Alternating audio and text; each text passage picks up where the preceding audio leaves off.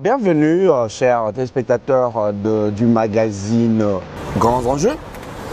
Aujourd'hui, votre magazine est tourné dans ces cadres merveilleux de Cape Town.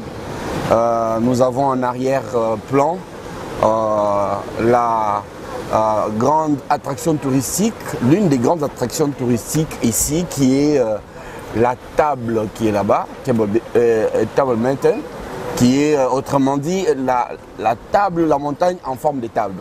Et là en arrière-plan, c'est une image symbolique de Cape Town. Et donc à côté de nous, l'océan Atlantique et des vagues pour lesquelles il faut quand même hausser suffisamment la voix, faute de quoi on ne sera pas suffisamment entendu.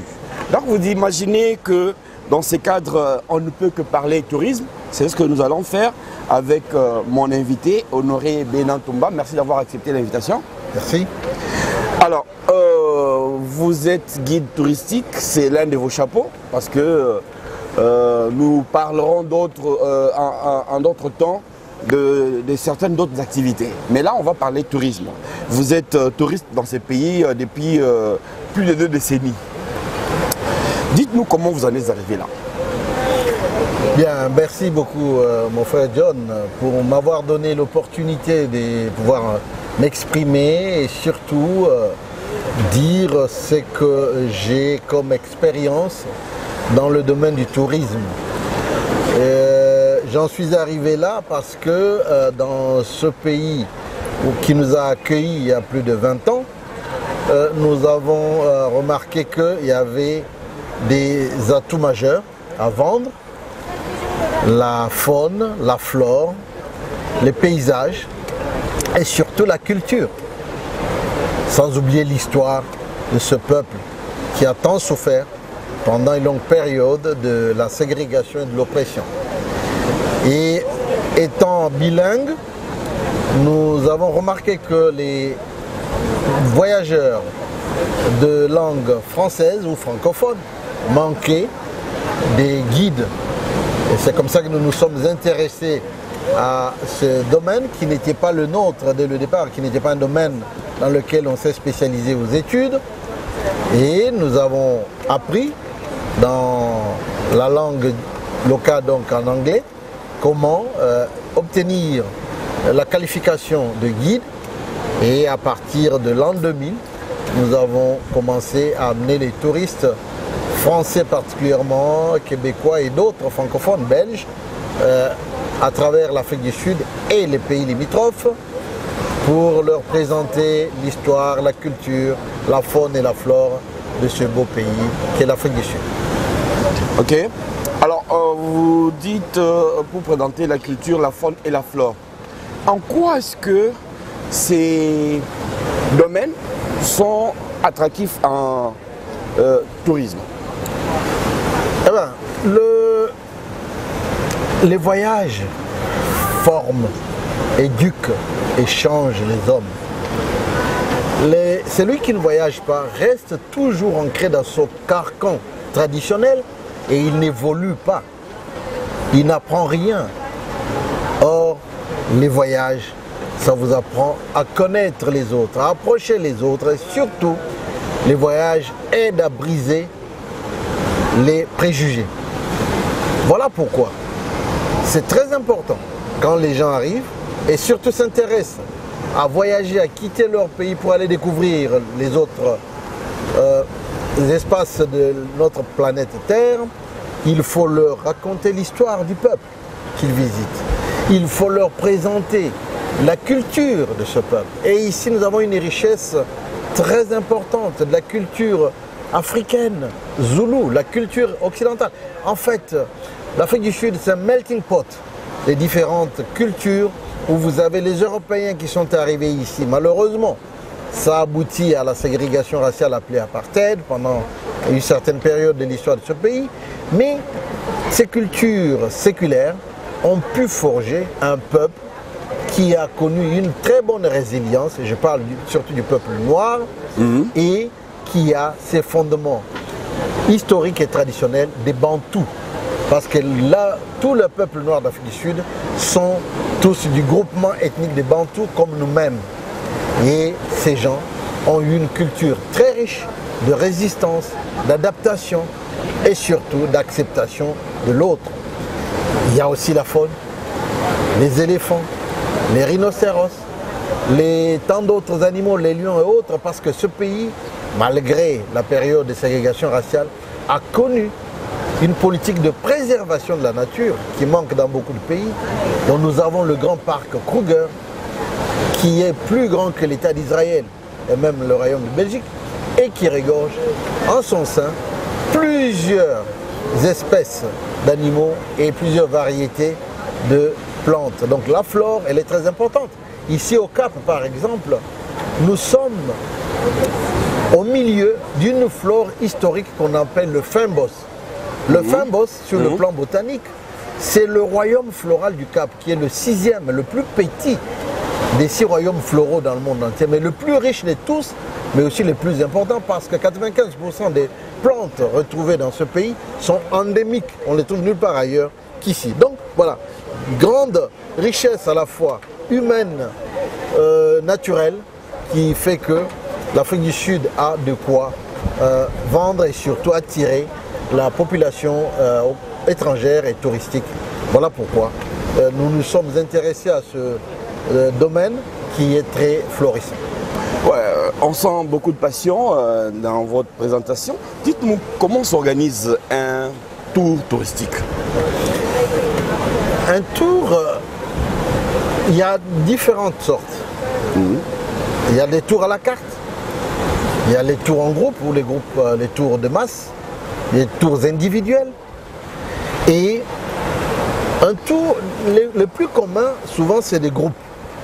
Parce que les gens, quand ils vont à l'étranger, ont du mal à y aller en privé. Les jeunes peut-être, mais beaucoup des gens qui ont de l'argent, c'est surtout ceux qui ont un certain âge et qui sont à la retraite.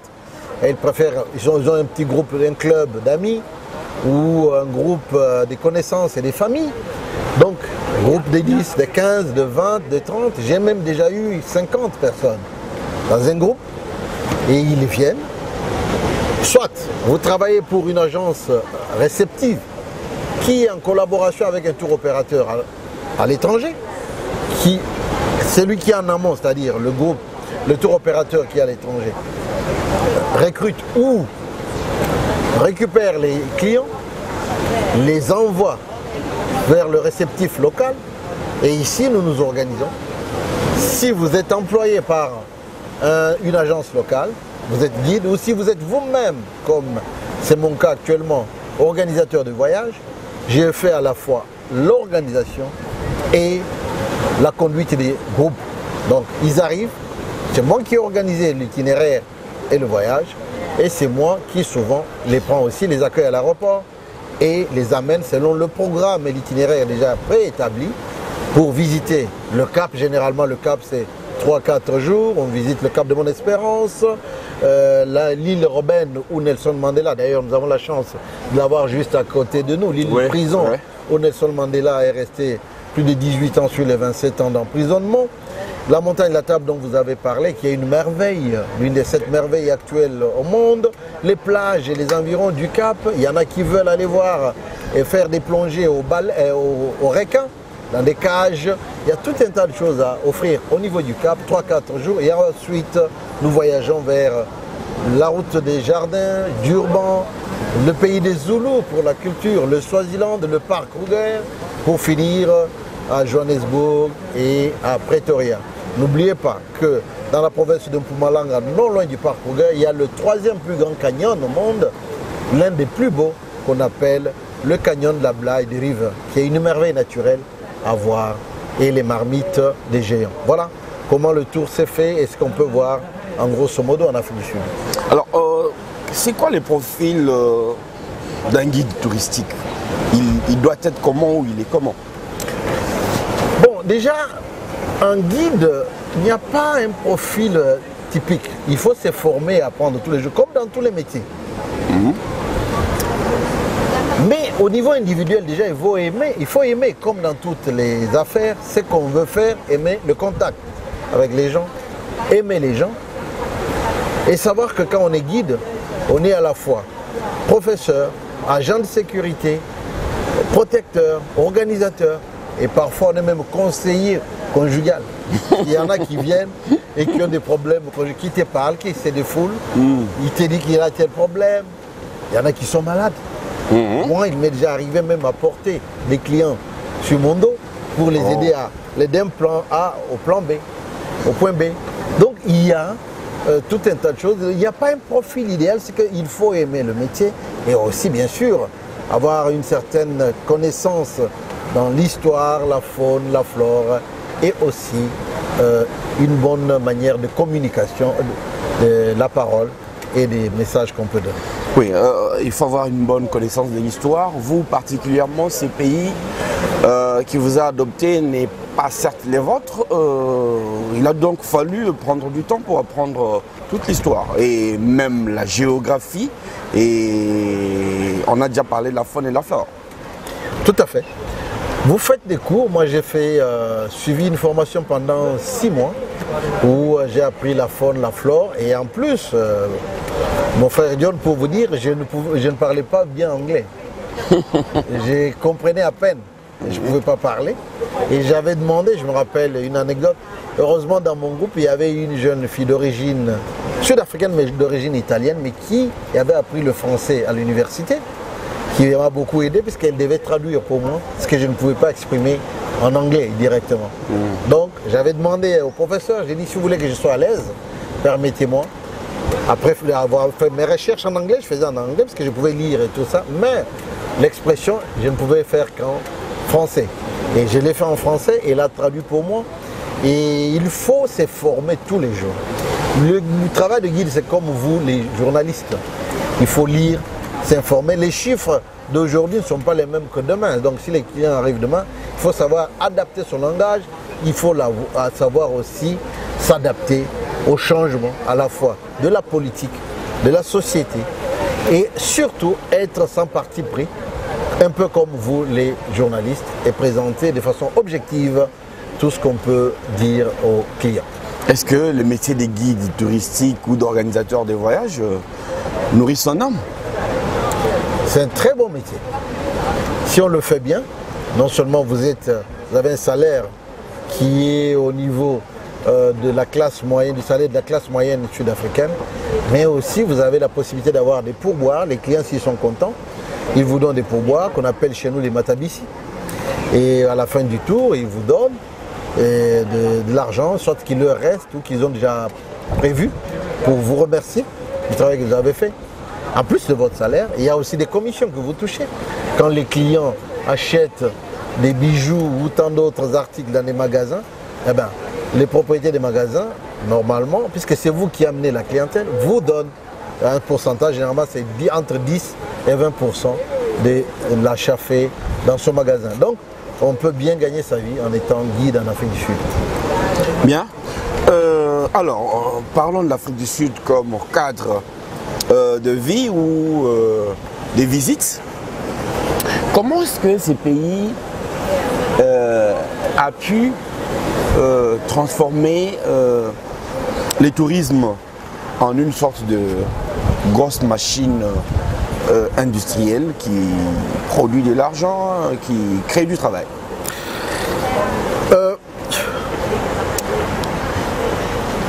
Avant de vous répondre, j'ai une petite anecdote. Je suis allé en 2018 lorsque j'ai ouvert ma propre boîte, Sevitour, dans mon agence de tourisme, pour gagner le marché en France particulièrement. J'étais à Paris. Et je suis allé à Versailles où j'ai été attendu par une agence locale ou un tour opérateur pour faire une présentation. Donc, inciter ses clients à venir en Afrique du Sud. Et la plupart m'ont dit non, votre pays c'est un pays dangereux. Parlant de l'Afrique du Sud. Ouais. Il y a l'insécurité. Mais je leur ai répondu, mais c'est bizarre. Parce que si vous regardez le nombre de morts par pays, les États-Unis, c'est de loin que l'Afrique du Sud. Le pays le plus dangereux. En Afrique du Sud, c'est des petits larcins, des pickpockets. vu l'histoire de ce pays, où les gens ont été poussés à l'extrême dans la survie, où la grande majorité de la population, malheureusement que les Noirs et certains métis, n'avaient pas d'éducation, les gens, aujourd'hui, pour survivre, ils doivent commettre certains petits crimes. Il y a quelques crimes organisés, mais très souvent, c'est le hasard, être au mauvais endroit à un mauvais moment. Mais aux États-Unis, que vous soyez riche, pauvre, noir, blanc, métis ou asiatique ou latino, il y a un fou qui se présente dans ces supermarchés, vous le savez, prend sa mitraillette et tire sur tout le monde. Et vous connaissez bien toutes ces histoires de meurtres et d'assassinats aux États-Unis. L'Afrique du Sud, certes, c'est un pays où il y a une certaine criminalité, comme on le dit, mais le pays s'est développé sur le plan des infrastructures routières et surtout à sécuriser les lieux touristiques. Donc, ils ont rendu attractif ce pays parce que les lieux touristiques sont sécurisés, sont développés et le logement. Les lieux touristiques, ils sont naturels ou aménagés? Non. Un lieu touristique, à part l'équivalent du Las Vegas sud-africain qui est le Sun City, ou que tout le monde connaît, puisqu'il y a eu, pour nous Congolais, il y a eu des accords là-bas, ça c'est construit de façon superficielle. Le reste c'est naturel. Ce qui est aménagé, ce sont les infrastructures, les bancs, les lodges, les pistes qui mènent vers les sites touristiques, c'est naturel. Rien n'est superficiel ou artificiel. Tout est naturel, c'est seulement les infrastructures d'accès et d'hébergement dans tous ces sites touristiques. Oui. Vous avez parlé de l'hôtellerie, bon, peut-être que vous l'avez évoqué en passant. Je voudrais comprendre ici quel est le rôle que joue l'hôtellerie et évidemment la restauration dans le domaine touristique ici en Afrique du Sud. Un rôle très important. Parce que les gens, quand ils arrivent, la première chose, c'est non seulement la qualité, mais aussi le niveau de logement. L'Afrique du Sud a beaucoup investi là-dessus. Il y a les investisseurs étrangers qui ont construit des hôtels de standing international, des restaurants comme là on est, où on mange bien. Bon, il y a la cuisine qui est devenue presque internationale. Et de tout cela, c'est parmi les choses les plus importantes. Et n'oubliez pas non plus que les Français aiment bien manger. Il faut que les restaurants soient à un niveau internationalement acceptable, et l'Afrique du Sud est au diapason de tout cela. Donc, les hôtels sont de très bonne qualité et les restaurants aussi. Et le coût aussi, parce que quand on prend le même standing, on les transpose ailleurs, toutes choses restant égales par ailleurs, est-ce que les rapports qualité-prix fait aussi la différence? Évidemment, les touristes ne sont pas naïfs. Ils cherchent les voyages qui leur coûtent moins cher aussi. Ouais, c'est humain. Voilà. Et l'Afrique du Sud ne coûte pas si cher que ça. Alors, je peux vous donner un exemple. Dans les pays limitrophes, la Namibie coûte un peu plus, voyager en Namibie coûte un tout petit peu plus cher que l'Afrique du Sud, puisque les lodges sont beaucoup plus chers là-bas qu'en Afrique du Sud, compte tenu du pouvoir d'achat. Et le Botswana, c'est encore beaucoup plus cher que l'Afrique du Sud, compte tenu du pouvoir d'achat aussi. L'Afrique du Sud est très attractif parce que le logement coûte beaucoup moins cher qu'ailleurs, et le niveau des hôtels, bien sûr aussi, il y a un problème de nombre d'étoiles. Être en Afrique du Sud dans 2-3 étoiles, vous êtes dans un très bon hôtel. Moi, quand ça m'arrive d'être à Paris ou ailleurs, il y a des petits hôtels minables qui coûtent le même prix qu'un 3 étoiles en Afrique du Sud. Et pourtant là-bas c'est 1 ou 2 étoiles. Donc l'Afrique du Sud a développé, il y a de l'espace, c'est spacieux, c'est propre et c'est vraiment confortable. Alors comment est-ce que le pays, l'Afrique du Sud je veux dire, bénéficie de tout cela en termes de revenus? Le tourisme a un apport extrêmement important. Je crois que, sans pouvoir me tromper, c'est peut-être entre 7 et 10% de contribution au PIB national. Il y a l'emploi qui est créé, hein, donc qui est de la croissance. Les investisseurs étrangers ont eu beaucoup de facilités là-dessus et ils créent l'emploi en construisant des hôtels, des restaurants, des lodges à proximité des réserves naturelles. Il y a beaucoup de réserves naturelles qui organisent des safaris pour les gens et aussi beaucoup d'attractions comme par exemple la plongée au requin. Hein, on organise ici par exemple les kitesurf, que vous voyez quand il y a du vent comme ça, ouais. Et tant d'autres activités. Le surf, il y a le surf international qui se passe ici à Jeffreys Bay, comme compétition. Du Durban, grande compétition. Il y a beaucoup d'activités qui ont été créées et tout cela fait entrer des devises étrangères, hein, et aussi créer l'emploi local, et le tourisme contribue grandement à l'économie sud-africaine. Est-ce qu'on sent dans les chefs du gouvernement sud-africain une volonté manifeste de pouvoir appuyer les tourismes? Ah bien sûr, bien sûr. En quoi faisant?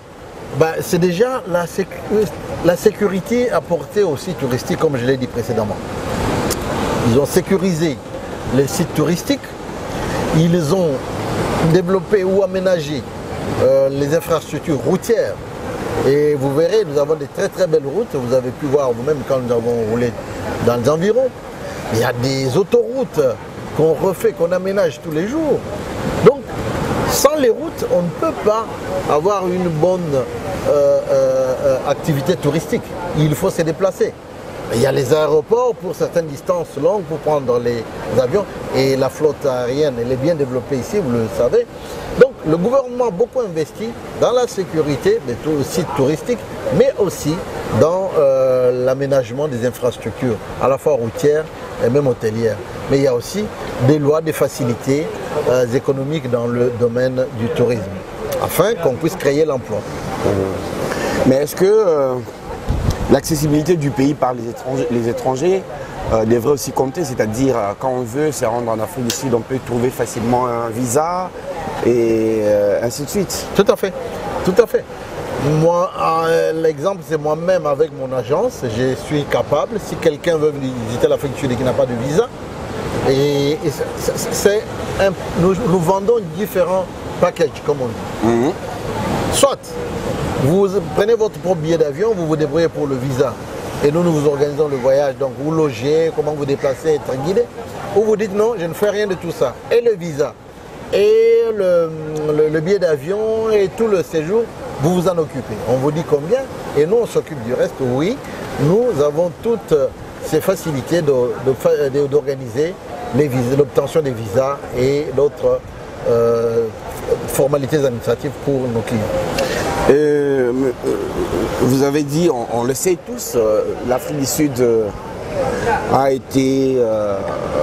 connu l'apartheid. Est-ce que vous pensez que c'est parce que ce pays a été dirigé par des Blancs, je ne voudrais pas avoir les complexes du colonisé, qu'il a bénéficié de ses atouts et qu'il continue peut-être de consolider? Là, vous me posez une question vraiment à tendance politique, mais parce que c'est une question qui est posée, je vais y répondre. Et je vais donner un point de vue personnel là-dessus. Effectivement, je me suis toujours posé cette question. Parce que ce pays, le plus connu au monde, pour une longue période de ségrégation raciale, au-delà de la période de colonisation que nous avons tous connue, où les Noirs et d'autres peuples non blancs ont connu la privation de leur liberté, est le seul pays le plus développé du continent.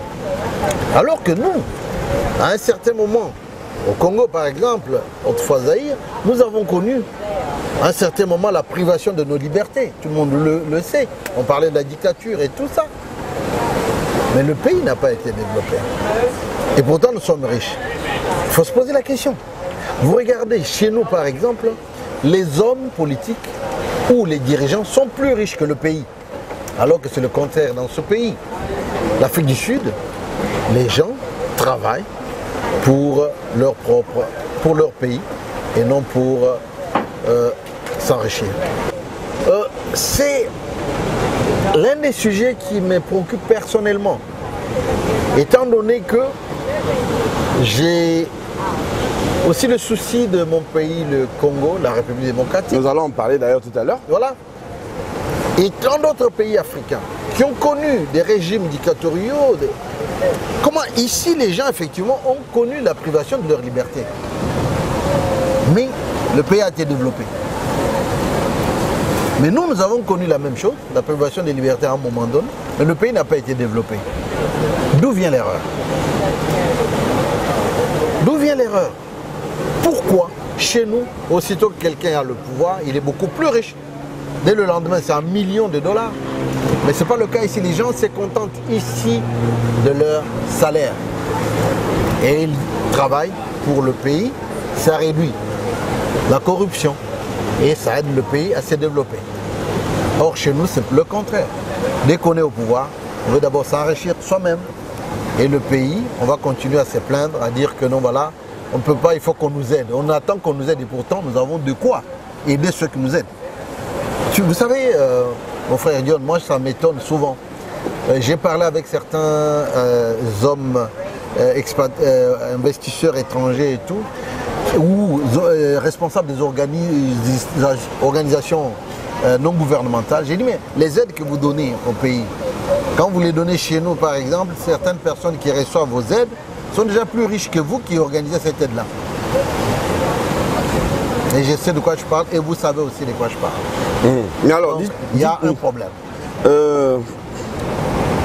Est-ce que le tourisme ici est tenu par le gouvernement ou le tourisme connaît aussi l'apport des privés? C'est plus privé. Expliquez-nous.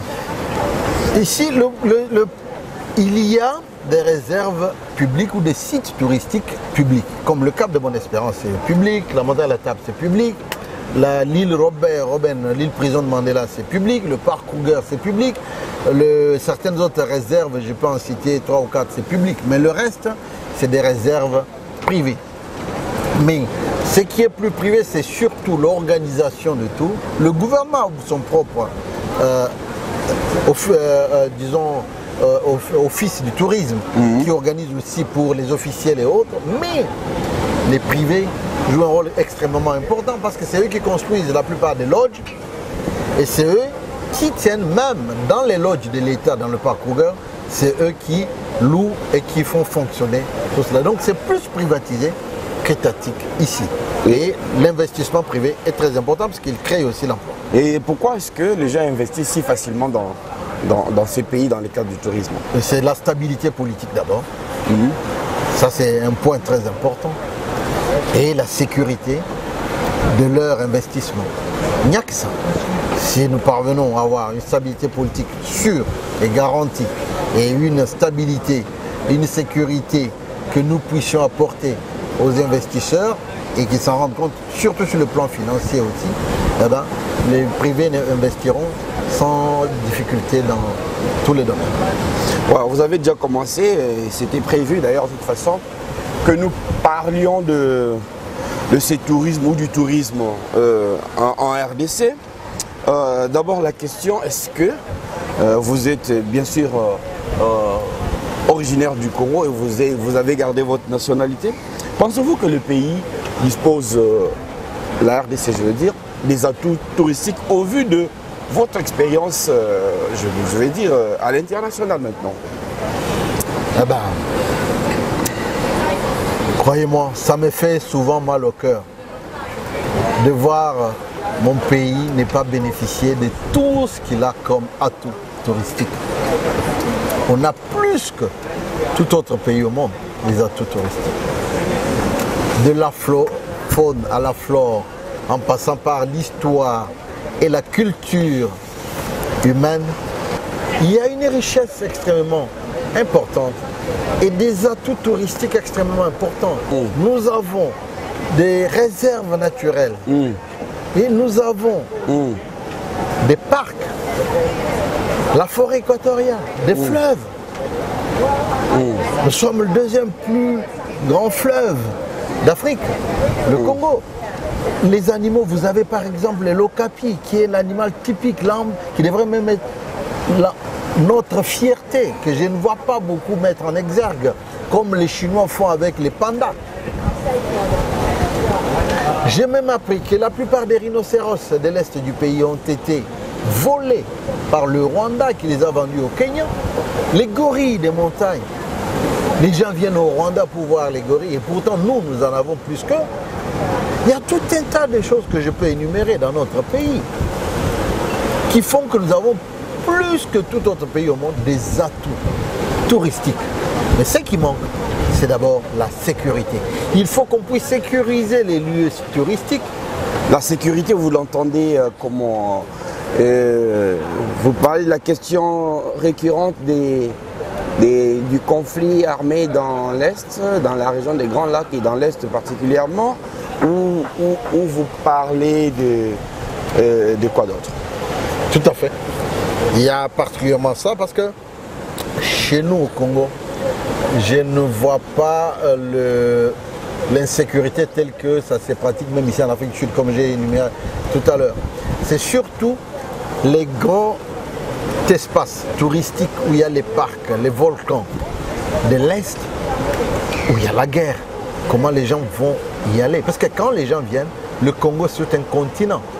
Et si nous voulons faire un itinéraire, il faut inclure tous ces parcs nationaux, Virunga, les volcans vers le Kivu. Et nous avons eu beaucoup de rhinocéros. Je ne sais pas ce que c'est devenu aujourd'hui. Il faudra vérifier. Nous avons le lac Tanganyika qui est presque une mer intérieure, dont une grande partie de ce parc c'est du côté du Congo, le lac Kivu. Nous avons beaucoup de paysages magnifiques dans la forêt équatoriale que nous pouvons offrir. Donc si quelqu'un veut faire aujourd'hui le tourisme au Congo, c'est un tourisme des aventures. C'est-à-dire, il prend ses risques puisque nous n'avons pas développé des infrastructures. À part la sécurité, l'un des éléments importants, c'est les infrastructures, le logement, donc les hôtels, les lodges. Est-ce qu'il y en a? Pas beaucoup. Les routes aussi pour arriver aussi. Je voulais y arriver, donc les routes, c'est extrêmement important. Il faut construire des routes pour que les gens se déplacent. Mais aujourd'hui, moi je pense qu'il ne faut pas attendre demain, il faut commencer quelque part. Que le gouvernement ne puisse pas mettre l'accent que sur les mines. Là, nous venions de participer à Mining Indaba. Les mines, c'est des sources de revenus ou de devises étrangères, pour moi, que je trouve tarissables et même ponctuelles. Surtout fluctuantes. Pourquoi? Parce que ce n'est pas nous qui déterminons ni les prix de vente de nos matières premières, ni le prix de revenu des produits finis de nos matières premières. Ce n'est pas nous, c'est fait par les autres. Et vous le savez mieux que moi. Et ça fluctue le prix de l'or, le prix du cuivre et tout ça. On ne devrait pas dépendre de ça. On devrait dépendre de ce qui est solide, stable, c'est-à-dire le tourisme, l'agriculture. Le tourisme devrait être un apport considérable à l'économie du pays.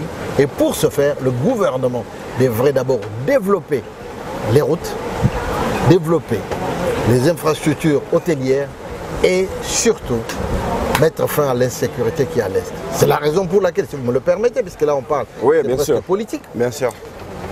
Pour moi, si tout dépendait de moi aujourd'hui, moi j'ai lancé un appel à tous les hommes politiques congolais, de l'opposition et du gouvernement, d'arrêter de penser aux élections immédiatement. Actuellement, nous avons le fils du Congo, le vrai fils du Congo, qui est le président Tshisekedi, à la tête du pays. Qu'on arrête de dépenser autant d'argent pour l'organisation des élections, mais qu'on prenne cet argent, qu'on investisse dans les armes et qu'on arrête la guerre à l'Est d'abord. Parce que cette guerre est faite d'abord pour nous appauvrir, nous distraire et surtout nous empêcher de nous développer. Et même les élections que les Blancs réclament à corps à cri, c'est une... C'est conditionnel les élections. Je sais, mais la Constitution a été faite par les hommes et ces hommes, j'en appelle à la conscience et la bonne conscience de ces hommes d'arrêter d'abord, de suspendre ou de surseoir ce projet électoral et de s'occuper d'abord de mettre fin à la guerre. Mon frère Dion, je vais vous poser une question. Si aujourd'hui les élections, on les organise comme on l'a fait, une partie du Congo ne pourra pas voter parce qu'il y a la guerre. Alors, le président... C'était déjà le cas la dernière fois. Alors, le président, il est président de qui va sortir en 2023. Il sera président de quelle partie du Congo? Pas de cette partie-là, parce que les gens n'ont pas voté pour lui. Parce qu'il y a la guerre. Mettons fin à cette guerre. Le président de la République actuelle a commencé des initiatives constructives. Allons dans ce sens. Investissons dans les armes. Moi, je crois que la solution, c'est faire la guerre. Qu'on sache que les Congolais, on est fort. Qu'on puisse faire voir aux Congolais, les élections, c'est bien, mais que ça attende que tous les hommes politiques se mettent d'accord, que tous les milliards à investir pour l'organisation des élections soient investis pour d'abord acheter les armes, même s'il faut louer des mercenaires et mettre fin à la guerre. Toute proportion gardée, il y a la guerre dans l'Est. Je sais que pour tous nos frères avec lesquels nous compatissons, les discours choquent. Mais quand vous êtes à Mbandaka ou à Kisangani, c'est quand même comme si vous étiez entre Paris et Moscou. Donc c'est quand même des mondes différents. Est-ce qu'il n'y a pas moyen de s'investir pour la reprise du tourisme dans la partie sécurisée ou en tout cas où il n'y a pas un conflit armé au Congo? Tout à fait, effectivement je voulais y arriver. À l'heure actuelle, nous pouvons faire avec ce qu'on a. J'ai proposé il y a 2 ou 3 ans, dans un itinéraire que j'avais envoyé à un ami à Kinshasa, pour le ministère du Tourisme, qu'on peut faire ce que j'ai appelé un tour sur les traces de Stanley. C'est-à-dire, partant du Pont Malebo et tout ça, monter la partie navigable du fleuve Congo, vers le Maindomé, monter jusqu'à vers l'équateur et Kisangani. Et tout autour, on a beaucoup à voir. Il y a les singes bonobos dont on parle partout. J'ai même vu, j'étais en France, j'ai vu une marque qui s'appelle Bonobo. Ah, carrément. Et oui, c'est des produits, des habits et tout ça pour les femmes et tout. Ça s'appelle Bonobo. J'étais un peu estomaqué, vous savez ce que sont les bonobos. Et j'ai dit, mais ça c'est nous. Est-ce qu'ils ont payé les droits d'utiliser ce nom, les bonobos? Parce que les bonobos c'est chez nous, quand même, reconnaissons-le. Allez-y, appelez Champagne, n'importe quel pétillant, vous aurez des problèmes. C'est une guerre économique avec les Français. Ouais. Mais vous verrez, ils ont Bonobo, ils ont Okapi, ça ne leur dit rien. Voyez-vous, nous devrions effectivement organiser des voyages pour que les gens découvrent. Vers l'équateur, c'est là qu'il y a les Okapis, dans la forêt équatoriale, une partie. Vers la partie de Kinshasa, où on suit le fleuve, on peut côtoyer la population locale et dormir à la belle étoile, puisque, comme j'ai dit, ça devrait être un voyage des aventures. On peut organiser des hamacs dans la nature, dans la forêt, où les gens peuvent dormir et côtoyer les pygmées, la population locale congolaise. C'est faisable. Nous pouvons faire un itinéraire dans ce sens, en évitant bien sûr d'aller vers les cataractes. Oui, mais alors comment on fait pour avoir des clients, des touristes donc à l'international? Parce que c'est vrai, il y a un tourisme interne, mais on ne peut pas considérer qu'il est significatif en termes de rentrée. Comment est-ce qu'à l'international on peut trouver des touristes alors que le pays lui-même il a aussi un problème d'image vendue ou mal vendue? Ouais, effectivement, vous venez de le dire, il faut savoir vendre, c'est faire du marketing comme on dit, en toute chose. À un moment donné, à la télévision, quand je me retrouvais en France, à la télé, tout le temps, on voyait des publicités sur, je vais encore parler de Rwanda, des trucs comme ça, visiter Rwanda. Et pourquoi on ne ferait pas pareil? Nous avons plus de moyens que tous ces petits pays. Nous devons nous vendre. Nous devons, par exemple, au niveau du ministère du Tourisme, former des gens qui doivent aller dans le monde entier, et à partir de nos ambassades à travers le monde, et assister à tous les salons de tourisme dans le monde et vendre le produit congolais touristique. Nous avons de quoi vendre, plus que tout autre pays au monde. Nous avons beaucoup à vendre.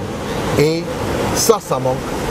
Il n'y a pas de présence touristique dans le monde pour vanter le Congo et surtout pour le valoriser. Il nous faut un travail de charme, un travail de communication et de marketing dans ce domaine. Et cela manque beaucoup actuellement à notre pays. Voilà, nous arrivons au terme de cette émission.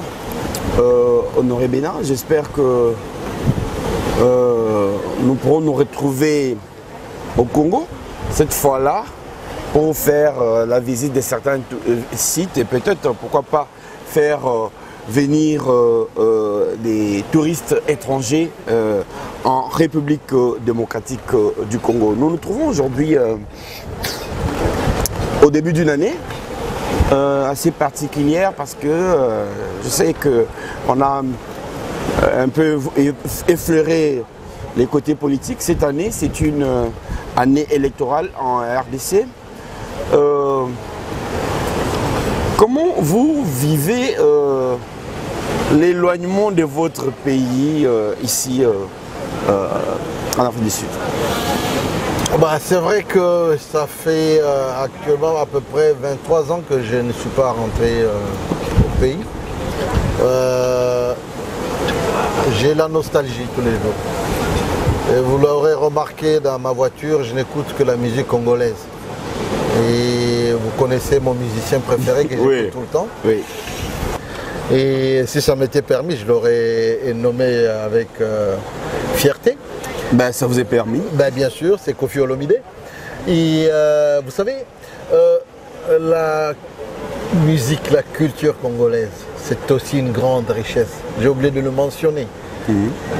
Et moi, j'ai fait acheter des albums de Koffi à beaucoup de mes touristes parce que j'ai joué de la musique congolaise dans les bus, dans les voitures.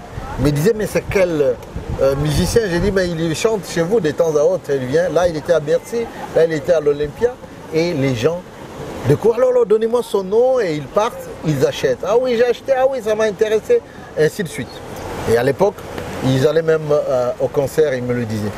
Donc, le pays me manque, mais nous ne sommes pas venus pendant une longue période où c'était difficile de rentrer. Je ne veux pas citer cette période des 18 ans, mais actuellement, nous nous préparons pour rentrer et aussi apporter notre pierre à l'édification de ce beau pays que nous aimons bien, sur le plan politique et aussi sur le plan économique. Nous nous organisons pour cela et nous serons avant la fin de l'année au pays. Maintenant, en ce qui concerne les élections, je vous ai donné mon point de vue. Si la majorité veut qu'on y aille, on y sera. Mais c'est une distraction tant qu'on est en guerre. Pour moi, on devrait surseoir cette affaire, s'occuper d'abord de mettre fin à la guerre, puisque c'est beaucoup d'argent, organiser les élections. Et même ceux qui nous aident avec l'argent des élections. J'ai entendu l'un de vos évêques, c'est pas comment vous l'appelez, parler qu'il faut des élections libres, transparentes, ainsi de suite. Ouais. Bon, aux États-Unis, nous avons vu des élections, le pays le plus démocratique, vous le savez tous. Tout le monde sait bien que Trump n'avait même pas été élu et qu'il a corrompu et tout le reste. Tout le monde le sait. Donc, personne ne peut donner la leçon à personne. Ce que nous voulons, c'est d'abord la paix et le développement pour les Congolais. Et pour qu'il y ait paix, il nous faut de l'argent pour nous mettre fin à la guerre. Et l'argent, si on doit d'abord dépenser pour la guerre et pour les élections, excusez-moi, nous ne sortirons jamais de l'auberge. Il faut d'abord mettre fin à la guerre un an ou quelques mois. Et après, organiser ces élections que tout le monde cherche. L'Occident nous distrait avec sa démocratie. Nous pouvons forger et penser à une démocratie qui est conforme à nos us et coutumes. Nous pouvons y arriver. Tous les Congolais réunis, nous pouvons y arriver. D'accord, j'espère vous retrouver dans un autre contexte pour parler politique, politicienne. J'espère que nos téléspectateurs ont été contents pour les réponses que vous avez données sur le tourisme, de la manière dont vous le vivez ici, de la manière dont tout cela peut être transposé au pays pour nous permettre enfin, en tant que nation, de pouvoir bénéficier de cette richesse importante. Au revoir et à bientôt. Merci.